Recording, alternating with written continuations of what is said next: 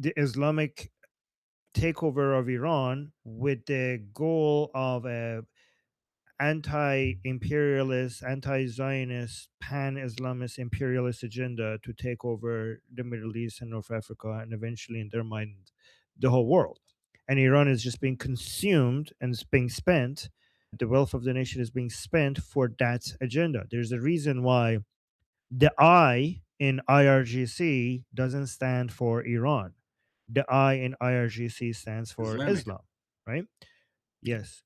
There's nothing within none of their mission statements includes anything about Iran. It's all about exporting the Islamic Revolution and taking over eventually the whole planet, right? And not only you're right that when you defang them, the fangs grow back. I mean, they're sitting on oil and gas. So when you destroy, they will use the oil and gas to continue to build.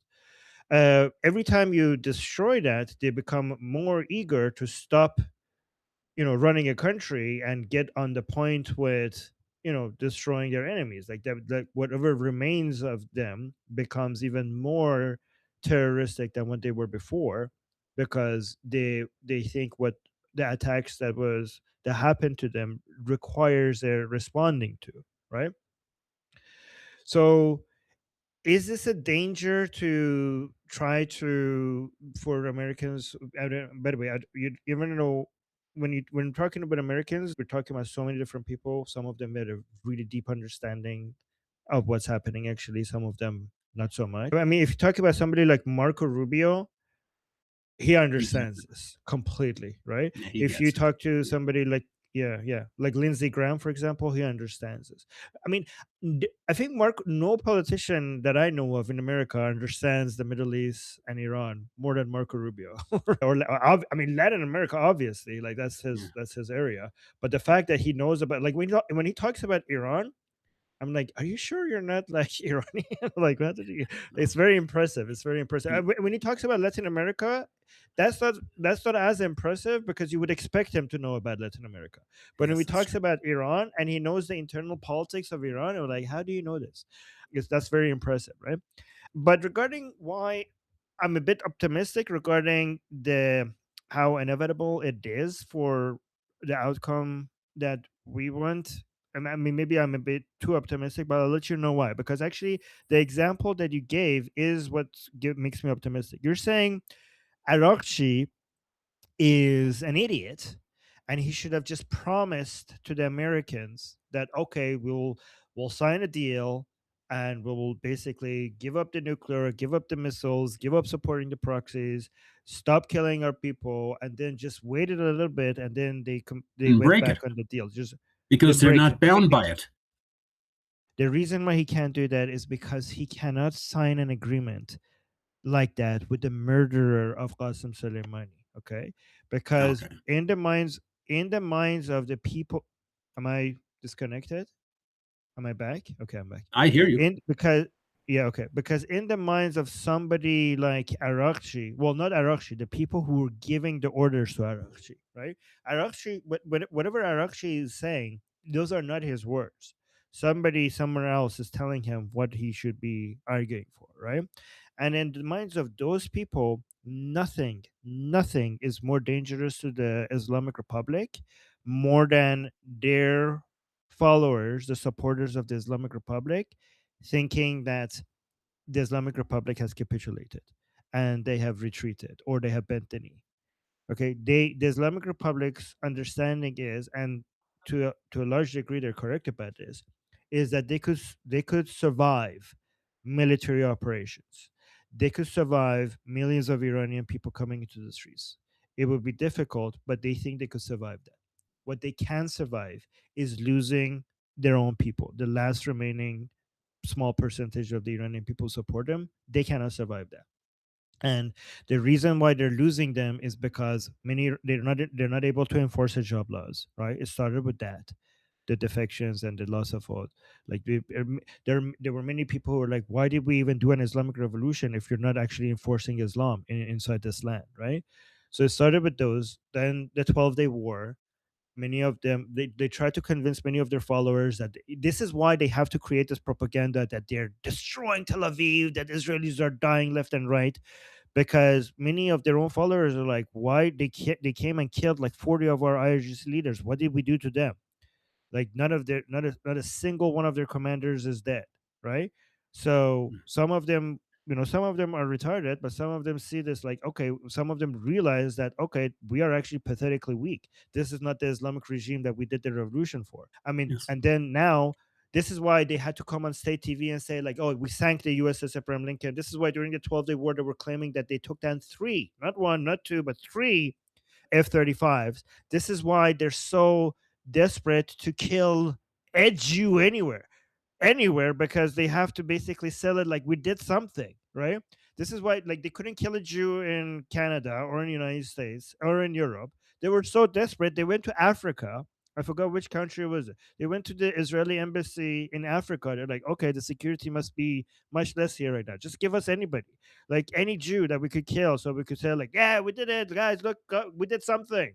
They couldn't even find like their operations in Africa was a failure, right? So e- I'm saying all of this to just say that even if you think that the Americans are going to be like, they think that if we defang them and they will basically weaken them, they will take a step back and be like, okay, fine, we won't attack you because we're weak. The thing is that they're so persistent on continuing the fight. So even if the Americans were under the impression, like, let's hit them enough until they tap out, okay, the good thing, at least from our perspective, is that they're not going to tap out, right? So so they basically have to go all the way. Does that make sense? Yes, I get it. Yeah. Yeah, yeah. So, thank you. So yeah, so let me tell you, for example, this is why I think President Trump was trying to use Pezeshkian came out just recently when he was, so we had the council of the supreme leadership, which is a three-person council that you have when you don't have a supreme leader. So when Khamenei was killed, when Mujtaba was not yet announced as the new supreme leader, we had a very short amount of time where we had the council of the supreme leader with three persons, Pezeshkian, Ejei, and Arafi, as the three of them basically acting as the supreme leader together, right? And you saw how irrelevant that council was. It will not happen from now on. As soon as he said that, the IRGC started shooting other countries, like bombing other countries, and they actually came up with the harshest statements against Pezeshkian, telling him to basically shut the fuck up, right? And like, I mean, there were, and also Asia, which is another member of the same council, tell them like, no, we're going to continue bombing these countries, to the point where Pezeshkian came out and basically said, took back what he said, or like, oh, the enemy misunderstood what I was actually saying, and stuff like that, right? So it's interesting because in that short time, President Trump came out and said, like, oh, they're surrendering. They're surrendering to the countries in the region. So Pezeshkian was trying, like, so President Trump was trying to find any signals of surrender to market that as surrender, right? But like, but the Islamic Republic didn't give him that. Like, I understand why President Trump needs to do that. Like, I'm not saying that he's like, because remember, guys, President Trump needs to sell this stuff in Washington D.C., or else there's not going to be enough political capital for continuing these military operations, right? So that was like at least a semi tapping out in President Trump's mind, even though they were saying it to the countries in the region and not to President Trump himself. But as soon as he said that, immediately you saw that the RGC and AJ and everyone else was like, no way, like we're gonna continue to attack. And there were so many guys. Like I was on the accounts, like in the Telegram accounts, on YouTube channels of the pro regime people, they were attacking Pezeshkian for saying that like nonstop, like fuck this guy, like what, like a lot of them want to execute Pezeshkian for so many different reasons, right? And this was another sign that this guy is a traitor, and I kid you not, a Zionist spy. Like a lot of people for pro-regime people think Pezeshkian, Zarif, and Rouhani are active Zionist agents, right? And Mm. they sometimes wonder why they haven't been executed yet. So I now see that maybe President Trump wants to redefine what surrender means. So they're saying now that surrender, we decide, like, if we have devastated them enough, that could be considered a surrender if they don't say anything, even if they don't say it themselves. However, I don't think the Islamic Republic is going to allow even that, because they're going to continue to take action. Like, for example, the enriched uranium. Where the hell is that? Right? They're not giving that up. Like, there's no way for the Americans to come out and say, like, okay, it's over, while they still have that 60% enriched uranium. This is why I think that maybe President Trump is also looking for military operations, boots on the ground, in the form of special ops, like special operations, like Delta Force or something like that. Not like an invasion like in 2003, not nothing like that, but something to, because if you want to say to people that this is mission accomplished, if the enrichment uranium is still there, there's no way to say that, right? So I think like the Islamic Republic is going to make it very difficult for Americans to be able to say mission accomplished without regime change. And also another thing that we have to take into account is that we have Israel. Okay, Israel is also there, and Israel is not going to be satisfied with anything other than regime change. I mean, the Islamic Republic has been brought right next to the edge of a cliff, and if you don't push them over and get them to recover from this, it would be the greatest failure of the national interest of Israel in their entire history.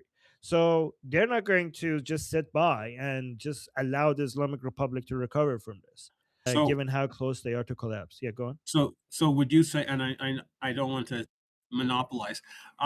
So would you say then that effectively the regime has sort of painted itself into an ideological or a theological corner that they cannot give the quote unquote unconditional surrender that Trump Yeah. has demanded?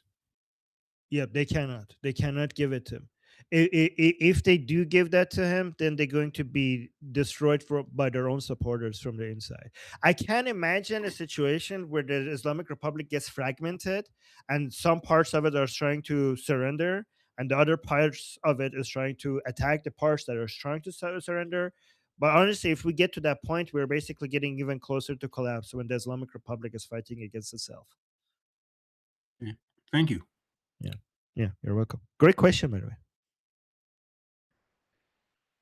Another news update, I was just speaking to Jeffrey about it in the side chat.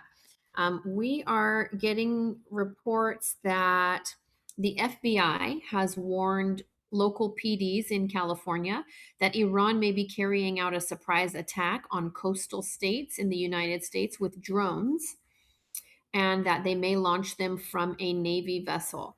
In the event that anyone here is West Coast, just something to be aware of. Next on, oh, go ahead, Jeffrey. Not a Navy vessel, a modified cargo ship. The idea would be to launch them in a clandestine manner once you get close to the shore. They already blew up, like the Navy blew up two of them right in the beginning of this operation.